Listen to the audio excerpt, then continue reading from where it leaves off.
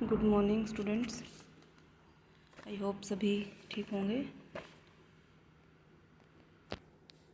तो हमने क्रोमेटोग्राफी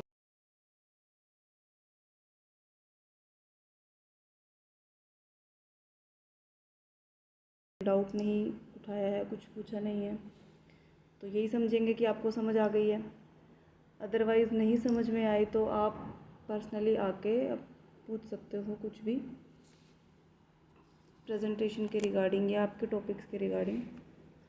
आज हम नया टॉपिक करेंगे, एलाइज़ा।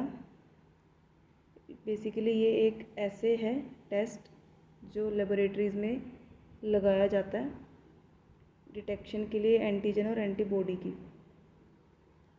नाम तो आप सबने सुना ही होगा क्योंकि मेडिकल की टर्म है ELISA, which stands for enzyme linked immunosorbent assay. अब एलाइज़ा क्यों यूज़ करते हैं हम?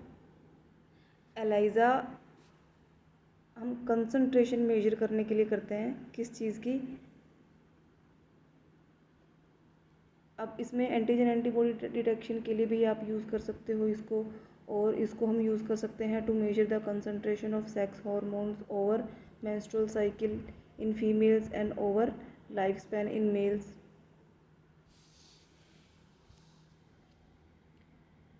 जो एलाइज़ा ऐसे है ये वाइडली यूज्ड होता है लैब्स में to detect a sample the presence of and quantity of proteins such as hormones and antibodies and bacteria.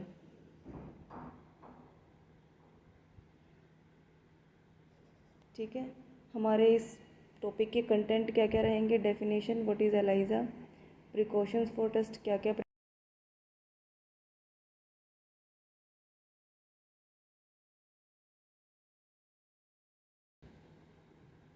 काफ़ी टाइप के रिएजेंट इसमें यूज़ करे जाते हैं, प्रोसीजर इसका, टाइप्स, इनकी एप्लीकेशन, इंस्ट्रूमेंट्स, इसमें इंस्ट्रूमेंट्स कौन से यूज़ होते हैं, और एडवांटेजेस, डिसएडवांटेजेस और limitations. First of all, enzyme linked immunosorbent assay is a common laboratory technique which is used to measure the concentration of an analyte, usually antibodies or antigens or proteins. जो ELISA ऐसे है, use the coupling of antigen and antibody and relies on the specificity and affinity of antibodies for antigen. ये हमें quantity तो बताता ही है कि एंटीजन एंटीबॉडी की क्वांटिटी सैंपल में कितनी है, ये उसकी स्पेसिफिसिटी और एफिनिटी भी बताता है एंटीबॉडीज़ और एंटीजन की। जो स्पेसिफिसिटी है वो क्या होगी? Is the ability to discriminate among diverse proteins, और एफिनिटी यहाँ पे क्या होगी? Is the ability to tightly bind the molecule, कि वो कैप्चर, आपका जो एंटीबॉडीज़ हैं आपके सैंपल में वो कैप्चर कर पाएंगे कि नहीं पाएंगी आपके एंटीजन को।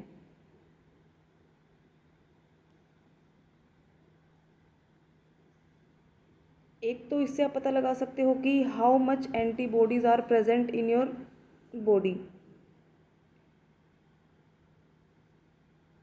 और one can determine how much antigen or hormones is present by starting with an antibody। एक तो कि अगर आपकी बॉडी में कोई फॉरेन पार्टिकल एंटर किया, उसके अगेंस्ट किन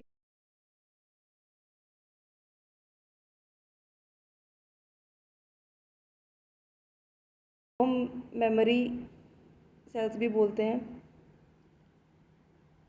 वो आपकी कितनी है।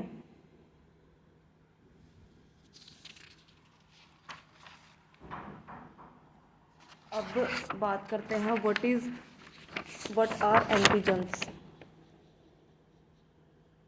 एंटीजन क्या होता है?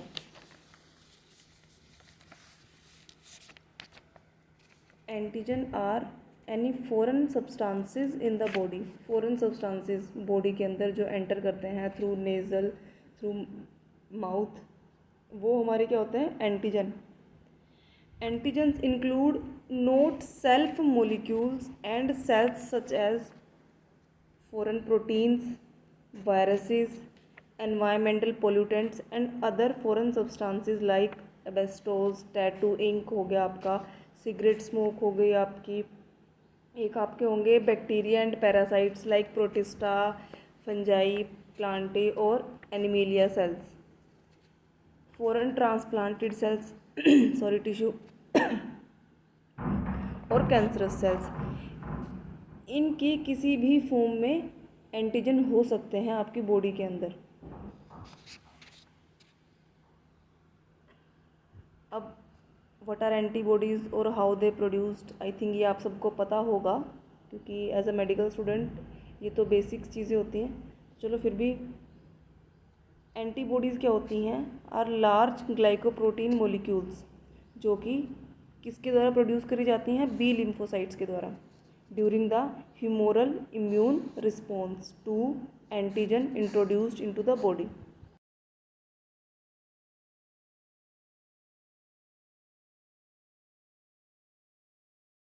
साइट्स मतलब T cells which are white blood sales,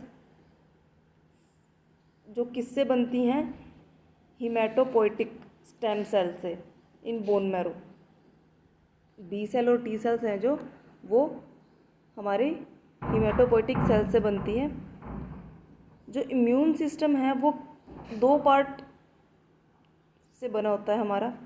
एक तो आपका होता है ह्यूमोरल और दूसरा आपका होता है सेल्यूलर। ह्यूमोरल में क्या होगा? एंटीबॉडी मेडिएटेड होगा और जो आपका सेलुलर होगा वो सेल मेडिएटेड होगा।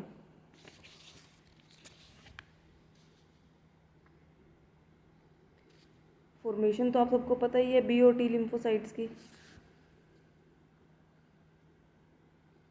कि जैसे हिमेटोपोइटिक सेल्स डिफ्रेंशिएट हुई, उन्होंने माइलॉइड स्टेम सेल्स और लिम्फोसाइट स्टेम सेल्स बनाए। फिर माइलॉइड स्टेम सेल्स ने आगे आपके काफ़ी टाइप की सेल्स बनाई लाइक माइलोब्लास्ट, मोनोब्लास्ट, प्रोइरिथ्रोब्लास्ट। आगे फिर फर्दर उन्होंने काफ़ी सारी सेल्स बनाई। अब ये काफ़ी बड़ा प्रोसीजर है, आप सबको पता है, आप सब ने पढ़ा हुआ है, और अगर नहीं पढ़ा हो तो आप नेट पे देख सकते हो बी लिम्फोसाइट और टी लिम्फोसाइट्स की फॉर्मेशन। ये तो आपको पता ही होगा। जो बी लिम्फोसाइट्स हैं, ऑब्वियसली बात अगर पढ़ा होगा तो पता ही होगा कि वो बोन मैरो में मैच्योर होती हैं, और जो टी लिम्फोसाइट्स हैं वो थाइमस ग्लैंड में मैच्योर होती हैं।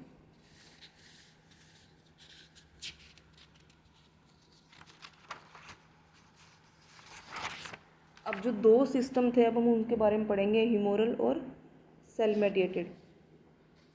जो ह्यूमोरल इम्यून सिस्टम है,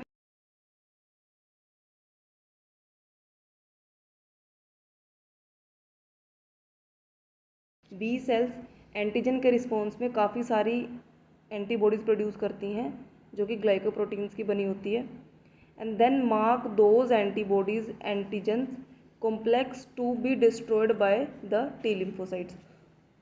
और टी लिम्फोसाइट्स आगे उनको क्या करती है? डिस्ट्रॉय करती है।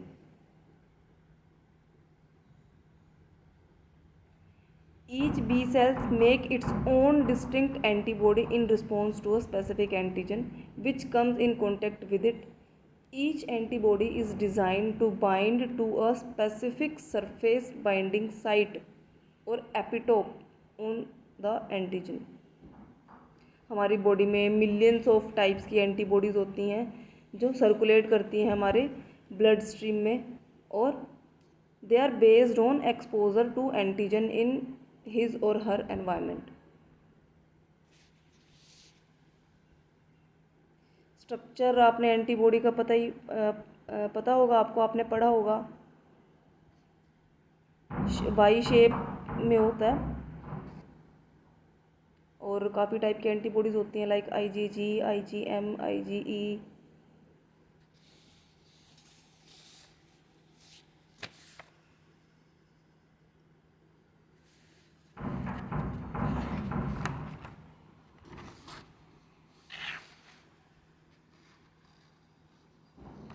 हिस्ट्री के बारे में आई थिंक इसमें कुछ पढ़ाने की ज़्यादा ज़रूरत नहीं है क्योंकि हिस्ट्री काफ़ी ज़्यादा बड़ी हो जाएगी और बोरिंग भी हो जाएगी।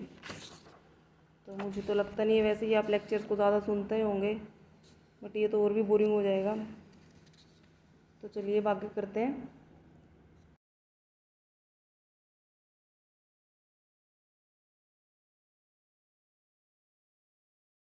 इसे किस लिए यूज़ करते हैं?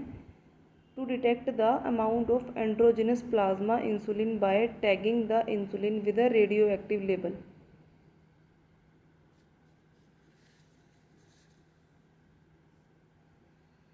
अब सबसे पहले रेडियो इम्यूनो एसे टेक्निक आई, उसके बाद मॉडिफिकेशंस हुए, काफ़ी थ्योरीज आई, काफ़ी साइंटिस्ट ने रिसर्च करी। उसके बाद रेडियो इम्यूनो एसे ने क्या किया, काफ़ी वे डेवलप कर दिए सिमिलर मेथड्स के। उसमें से एलाइज़ा भी एक है जो सबसे पहले टेस्ट किया गया था 1971।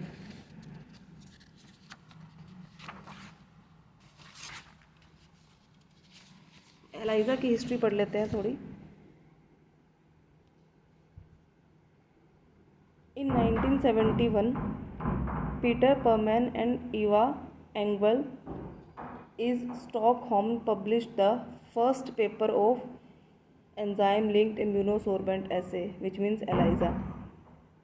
उन्होंने उसमें क्या बताया, quantify the amount of IgG antibody in rabbit serum using alkaline phosphatase enzyme as a reporter label. Reporter label का मतलब यहाँ पे इन्होंने ये रेडियो एक्टिव कंपाउंड की तरह लिया है इस एंजाइम को। The same year another scientist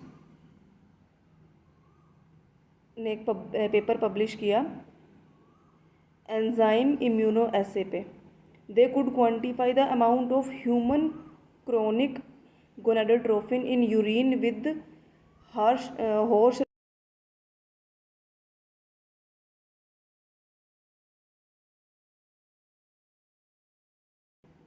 इसके बाद काफ़ी सारे पेपर्स आए, डिफरेंट एंजाइम्स का यूज़ किया, डिफरेंट उन्होंने रेडियो लेबल यूज़ करे,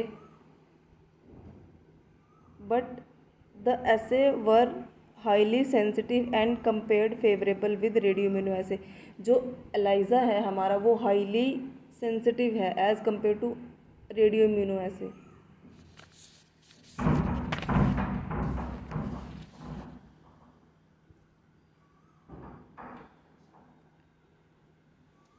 अब डेवलपमेंट ऑफ एलाइज़ा किट, ये जो पिक्चर है ये एक तरह की प्लेट होती है, इसमें 96 वेल प्लेट हम इसको बोलते हैं, जो पॉलीस्टाइरीन की बनी होती है। ये हम बेसिकली हमारा सॉलिड फेज होगा, usually a microtitre plate well having 8x12 format. इसमें नंबरिंग लिखी होती है ABCDEFG रोज़ और कॉलम के हिसाब से। तो इसमें एक टाइम पे आप 96 सैंपल एलाइज़ा के लगा सकते हो। Got it? और एलाइज़ा टेक्निक जो है इसके लिए एक इंस्ट्रूमेंट बना होता है जिसको हम बोलते हैं एलाइज़ा रीडर स्पेक्ट्रोफोटोमीटर।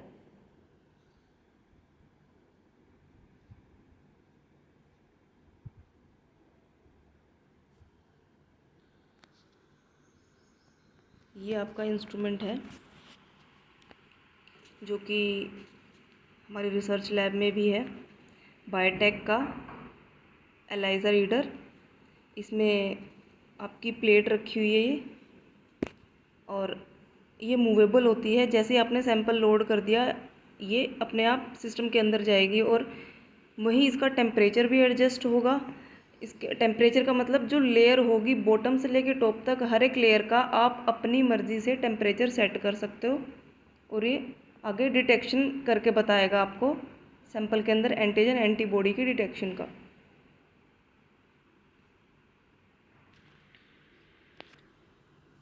तो अब आगे बात करते हैं basic terms. adsorption, the process of adding an antigen antibody diluted in a buffer so it's attached to the solid phase on incubation।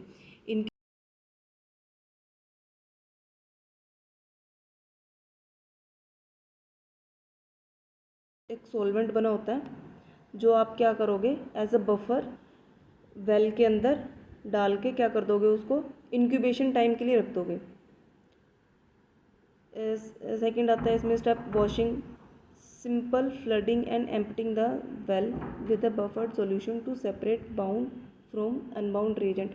ये आपका तब यूज़ करते हैं हम, एक तो जब आपको फ्रेशली प्रिपेयर करनी है आपको अपनी वेल प्लेट्स कि जैसे आपके पास, क्योंकि आजकल जो प्लेट्स आती हैं वो ऑटोमेटिकली उनके अंदर फिल होता है, उनकी लेयर्स के अंदर आपका ये बफर लेयर के अंदर लगा होता है। आपको स्टार्टिंग में वॉश करने की ज़रूरत नहीं होती, आपको सिर्फ और सिर्फ डायरेक्ट अपना सैंपल डालना है और एंजाइम डालना है और आप रिएक्शन का वेट करोगे। बट अगर आपको प्रिपेयर करना है तो उसके लिए आप क्या करोगे, आपने बफर डाला, उसको इंक्यूबेट किया, जो आपका जो छोटे छोटे से कॉलम है वेल प्लेट के, उसके कॉलम के अंदर की दीवारों पे जो उसमें चिपकना होगा बफर वो चिपक जाएगा और उसको बफर से क्या करेंगे, वॉश कर देंगे। और वो चिपकेगा क्यों, क्योंकि उनके अंदर एंटीबॉडीज़ होती हैं। एंटीबॉडीज़ पर्टिकुलर प्लेस पे क्या हो जाएंगी, चिपक जाएंगी।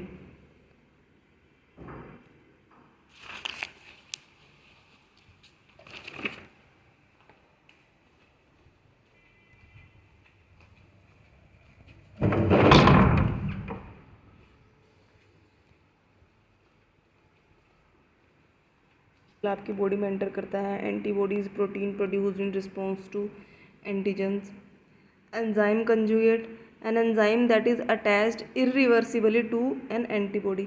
जो एंजाइम और एंटीबॉडीज़ होते हैं ये लॉक एंड की मैकेनिज्म की हेल्प से एक दूसरे से अटैच होते हैं। एक पर्टिकुलर साइट पे ही एंजाइम की एक पर्टिकुलर एंटीबॉडी बाउंड करेगी।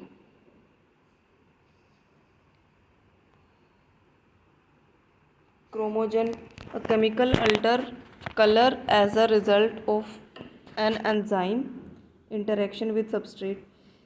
एक TMB नाम का क्रोमोजन होता है जिसको हम ट्राईमिथाइल बेंजीडाइन बोलेंगे। ये आपका as a colour indicator use किया जाता है एलाइजा में। ये ऐड करने के बाद आपके सैंपल का कलर चेंज होता है, वो ही आपका बताता है कि आपका जो रिज़ल्ट है पॉजिटिव है या नेगेटिव है। Stopping, process of stopping is an action of an enzyme on a substrate. Stopping solution होता है कि ये भी एक तरह का एंजाइम है जो लिक्विड फॉर्म में होता है। वो टेस्ट कंप्लीट होने के बाद डालना ज़रूरी होता है क्योंकि वो रिएक्शन रोकता है, अदरवाइज़ एंटीबॉडीज़ और एंटीजन क्या करेंगे, बाइंड होते रहेंगे और एंटीबॉडीज़ प्रोड्यूस होती रहेंगी तो और रिएक्शन प्रोसीड होती रहेगी, कलर चेंज होता रहेगा। तो हमें रिएक्शन स्टॉप करने के लिए स्टॉपिंग सॉल्यूशन डालना मस्ट है। रीडिंग, स्पेक्ट्रोफोटोमेट्रिक मेजरमेंट होती है जो कलर डेवलप होता है एलाइजा का उसके बेसिस पे।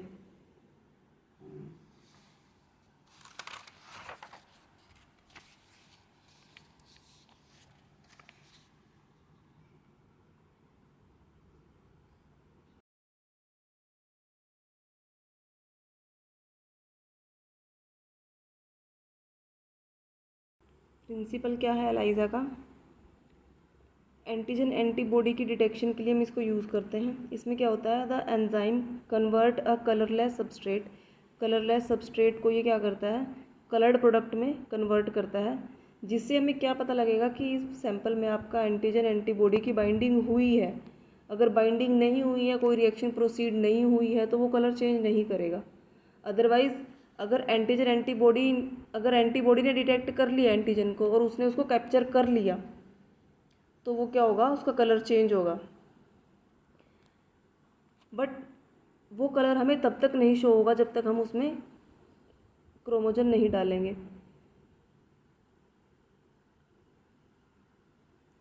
अब एलाइजा दो टाइप के होते हैं, quantitative and qualitative, on the basis of test.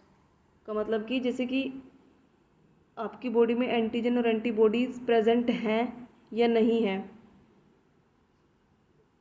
उनकी डिटेक्शन के लिए, कि अगर आपको लग रहा है कि कोई फॉरेन पार्टिकल है बट आपको नहीं पता है, आपको सिम्टम्स आ रहे हैं कोई डिजीज़ के, तो उसकी डिटेक्शन के लिए। और क्वांटिटेटिवली आपका क्या होता है, determine the quantity of antibody की जैसे कि आप किसी की इम्यूनिटी वीक है या किसी की स्ट्रोंग है, तो ये डिटेक्ट करने के लिए कि आपकी बॉडी में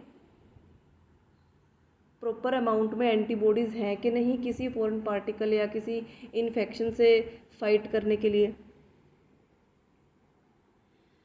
अब आती है बात सैंपल की। एलाइज़ा के लिए सैंपल कौन सा यूज़ करते हो आप, क्या क्या सैंपल होते हैं आपके? आप इसमें सीरम ले सकते हो, सेरेब्रोस्पाइनल फ्लूइड ले सकते हो, स्पुटम ले सकते हो, urine, semen, supernatant of culture और stool.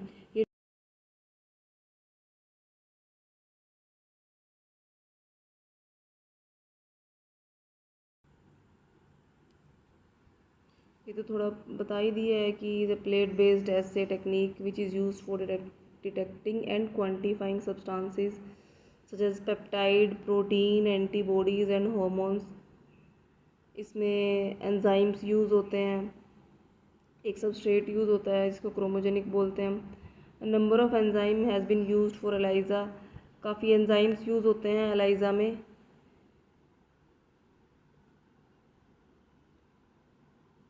Specific substrates such as orthophenyl dihydrochloride for peroxidase enzyme, peroxidase एक एंजाइम है, उसके लिए सबस्ट्रेट यूज़ होता है ऑर्थोफिनाइल डाइहाइड्रोक्लोराइड। और जो आपका एल्कलाइन फॉस्फेटेज है उसके लिए आप यूज़ करते हो पैरा नाइट्रोफिनाइल फॉस्फेट। जो क्या करते हैं, इनको हाइड्रोलाइज करते हैं और कलर देते हैं सैंपल में आपके टेस्ट के दौरान। आपके जो एंजाइम यूज़ होते हैं वो हैं आपके ग्लैक्टोसाइडेज और आपका एल्कलाइन फॉस्फेटेज और हॉर्सरेडिस पेरोक्सिडेज। अब जो एलाइज़ा टेक्निक है ये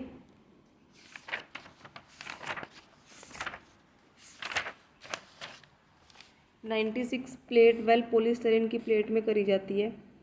सीरम या जो भी हम सैंपल ले रहे हैं उसको हम इंक्यूबेट करते हैं वेल में। Each well contain different serum. Different serum का मतलब आप एक टाइम पे 96 सैंपल लगा सकते हो। अगर आपके पास सैंपल कम है तो कम लगा सकते हो, एक सैंपल है तो एक भी लगा सकते हो, कोई इशू नहीं है।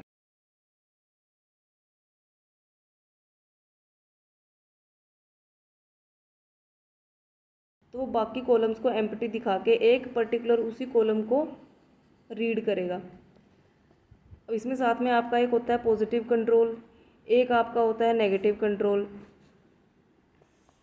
जो कि आपका सभी के सभी सैंपल सभी के सभी वाइल्स में आपका डाला जाता है।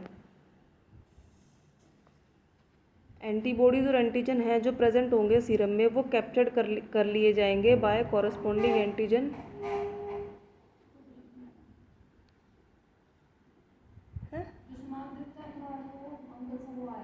लेके आएगा कुछ कह दे भी, अभी तो लेक्चर कर रही हूँ मैं रिकॉर्ड।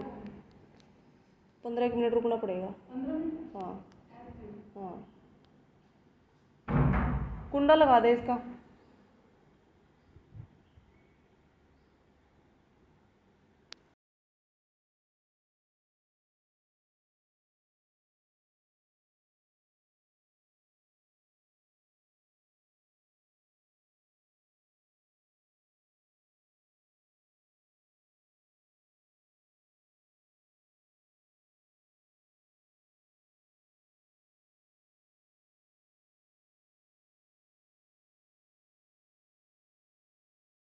आ जाते हैं जी। पहले वॉशिंग का देख लेते हैं हम, जैसे हमने बीच में बात करी। ये है सैंपल अप्लाई करने के लिए। जब भी आप सैंपल लोड करो, ये माइक्रो टिप्स हैं जो कोन शेप में दिखाई हुई है, यहाँ पे माइक्रो टिप्स हैं ये जो माइक्रो पिपेट पे लगती हैं। ये आपकी 0.1 माइक्रोलीटर से लेके 1000 ml तक हो सकती हैं, उससे बड़ी भी होती हैं साइज़ में।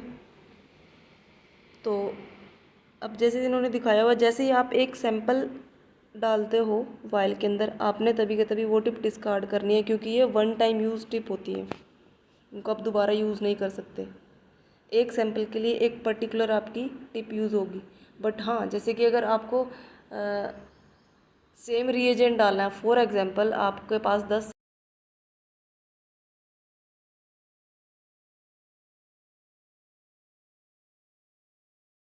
उसके अंदर आपने एंजाइम लिया और सबके अंदर डाल दिया, बट ध्यान रहे कि आपकी टिप सैंपल के अंदर टच ना हो, ताकि आपका एंजाइम सैंपल भी ख़राब ना हो।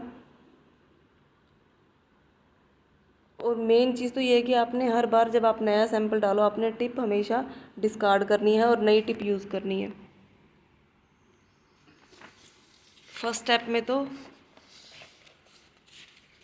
जैसे आपने सैंपल लिया, सेकंड स्टेप में आप जब सैंपल डालते हो वायल के अंदर, वायल की वॉल पे आपने टच किया और आपने सैंपल डाल दिया। वॉल पे ही क्यों किया, बीच में क्यों नहीं किया? क्योंकि जो आपकी वायल्स होती हैं वो बहुत ही छोटी होती हैं और सर्कुलर होती हैं अंदर से, शेप उनकी। तो अगर आप, और जो सैंपल हम यूज़ करते हैं वो माइक्रो अमाउंट में यूज़ करते हैं, तो जो ड्रॉप है आपके सैंपल की, तो बहुत बार ऐसा होता है कि वो वायल, जो वायल है आपकी, उसकी दीवारों पे ना लग के एक ड्रॉप बीच में गिर जाती है और वो आपका सैंपल स्प्रेड नहीं हो पाता वॉल्स पे। और वो होना ज़रूरी है, क्योंकि आपकी जो रिएक्शन होती है वो वायल की दीवारों पे ही, उसकी वॉल पे ही होती है। तो इसलिए ध्यान रहे कि जब भी आप सैंपल डालो, आपने वॉल से टच करके सैंपल डालना है और फिर आपने उसको निकालना है।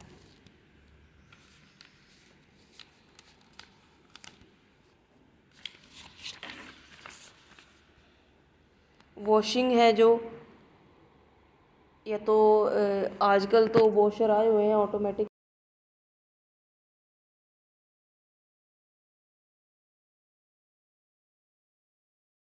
आपके पास नहीं है, आप मैनुअली कर रहे हैं, तो आपने क्या करना है, जितने भी वायल्स आपने सैंपल लिया हुआ है जिनके अंदर, उसके अंदर डिस्टिल वाटर डालना है और उनको टैप करना है 6 से 7 बार टिश्यू पेपर पे, या कोई सॉफ्ट पेपर, या आपने जो भी कॉटन पेपर लिया हुआ है उस पर आपने टैप करना है, ताकि अंदर का पानी अच्छे से निकल जाए। ये प्रोसेस आपने कम से कम 3 बार करनी है। एक बार वाटर डाला, रिमूव किया, डाला, रिमूव किया, डाला और रिमूव किया।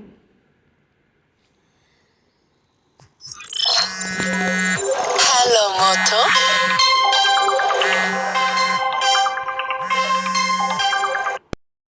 जो हमारी प्लेट के अंदर 96 होती हैं, उसकी उस एक वायल का व्यू दिखाया हुआ है ये। इसमें आपने जैसे सॉल्यूशन डाला हुआ है, इसकी वॉल्स पे एंटीबॉडीज़ अटैच हैं। रिंजिंग इसलिए ज़रूरी है क्योंकि जो आपकी एक्स्ट्रा अनवांटेड एंटीबॉडीज़ हैं या और अदर पार्टिकल्स हैं सैंपल के अंदर, ताकि वो रिमूव हो जाएं और टेस्ट के टाइम पे कोई डिस्टर्बेंस ना हो। इसलिए जो हमारी यूज़ की हैं, जो हमें ज़रूरत है टेस्ट के लिए, वो आपकी अटैच हो गई हैं वॉल पे। बाकी और रिंजिंग इसलिए ज़रूरी है ताकि आपकी जो अनवांटेड हैं ये रिमूव करी जा सके। ये आपकी प्लेट होती है, ऐसे सैंपल लोड किया जाता है। यहाँ पे आपकी 8 चैनल माइक्रोपिपेट दिखाई हुई है। अगर आपके पास लैब में सैंपल मोर देन 10 या 20 आते हैं एक टाइम पे, तो आप मल्टी चैनल टिप का यूज़ करोगे। क्यों? क्योंकि ये टाइम कंज्यूमिंग है अगर आप सिंगल टिप का यूज़ करते हो तो। पर इसकी हेल्प से क्या होगा, आप एक टाइम पे ज़्यादा सैंपल लोड कर सकते हो एक साथ, एक पर्टिकुलर अमाउंट में।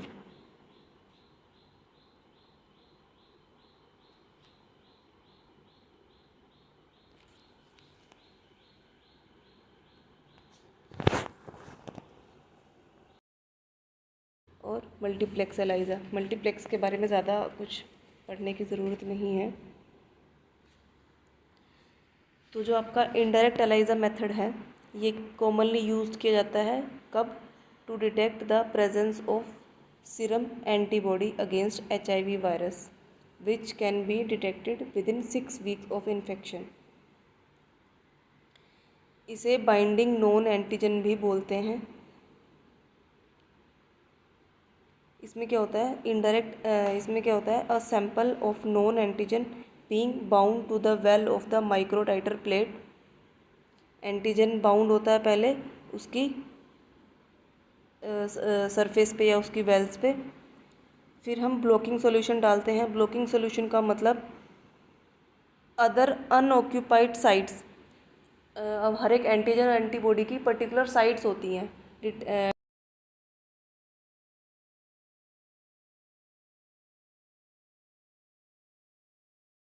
पर्टिकुलर साइट जहाँ पे एंटीबॉडी अटैच हुई है उस साइट को छोड़ के क्यों? क्योंकि एक एंटीजन से एक से ज़्यादा एंटीबॉडीज़ इसमें अटैच नहीं हो सकती,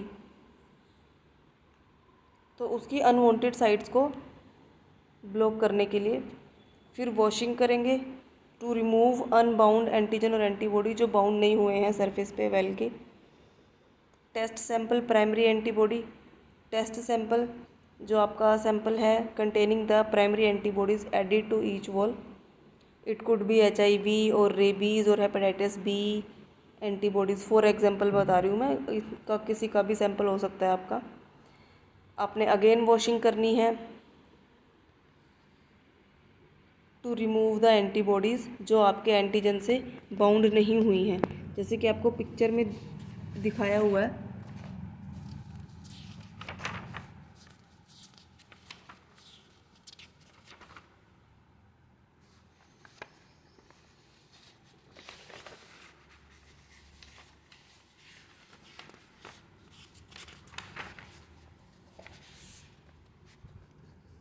इसमें पहले एंटीजन बाउंड होगा वेल्स पे और उस पर अनलेबल्ड प्राइमरी एंटीबॉडीज़ अटैच होंगी। फिर आप एंजाइम डालोगे जो लेबल्ड होगा। लेबल्ड मतलब पर्टिकुलर एंजाइम का नेम होगा और उस पर रेडियो एक्टिव कंपाउंड्स लगे होंगे। और फिर आप लास्ट में डालोगे क्रोमोजन जो कलर चेंज करेगा आपके सैंपल का। अगर डिटेक्ट हो गई है, अगर आपका एक और चीज़ है यहाँ पे, अगर आपका एंजाइम बाउंड हो जाता है एंटीबॉडी,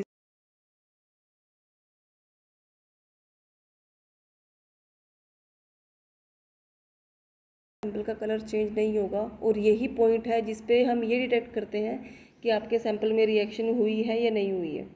तो कलर चेंज हो गया तो इट मीन्स रिएक्शन हुई है, बाउंडेशन हो गई है। बट अगर नहीं हुई है तो बाइंड नहीं हुआ है एंजाइम और आपकी रिएक्शन नहीं हुई है। ओके।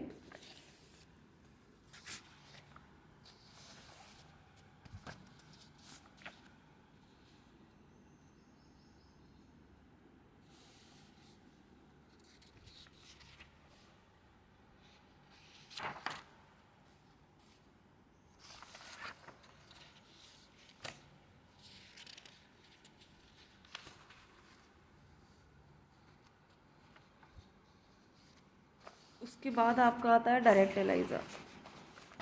नोट्स इतने सारे हैं। डायरेक्ट एलाइज़ा में क्या है, इसमें आपकी कोई एंटीजन इसमें सॉरी आपका कोई पर्टिकुलर एंटीबॉडी हम यूज़ नहीं करते। ये प्लेट बेस्ड ऐसे है जो detection and quantification of specific analytes like antigen, antibodies, protein, hormones, peptides.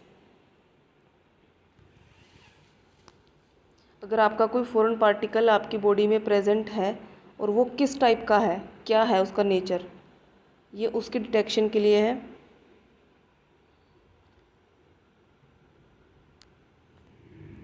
इसमें पहले एंटीजन होगा, आप डायरेक्ट इसमें एंजाइम डालोगे जो लेबल्ड होगा और क्रोमोजन डालोगे, उसका कलर चेंज हो जाएगा। कब? अगर वो आपका बाइंड हुआ है तो।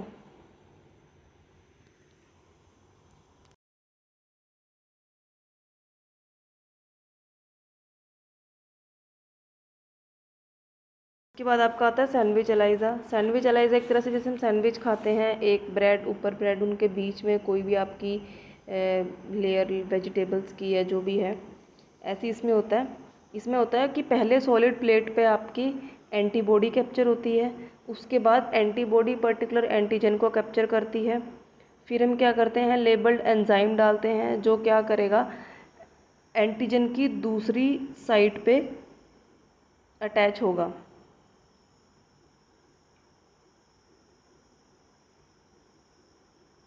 ओके।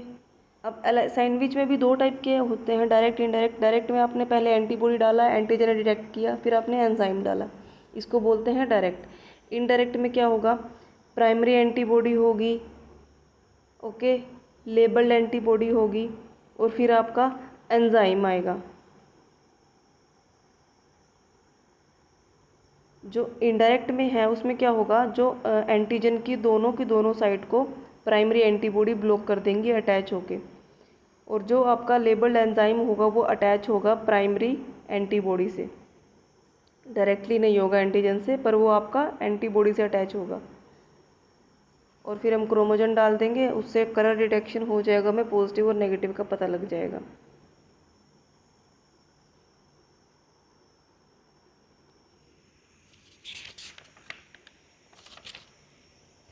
आज के लिए इतना ही, बाकी हम नेक्स्ट लेक्चर में कंटिन्यू करेंगे, क्योंकि आज वाला भी बड़ी मुश्किल से डिस्टरबेंस के बाद ही कंप्लीट किया गया।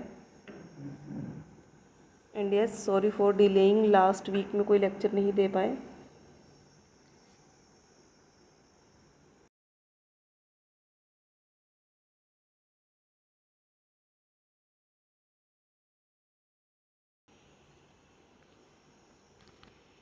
Have a good day.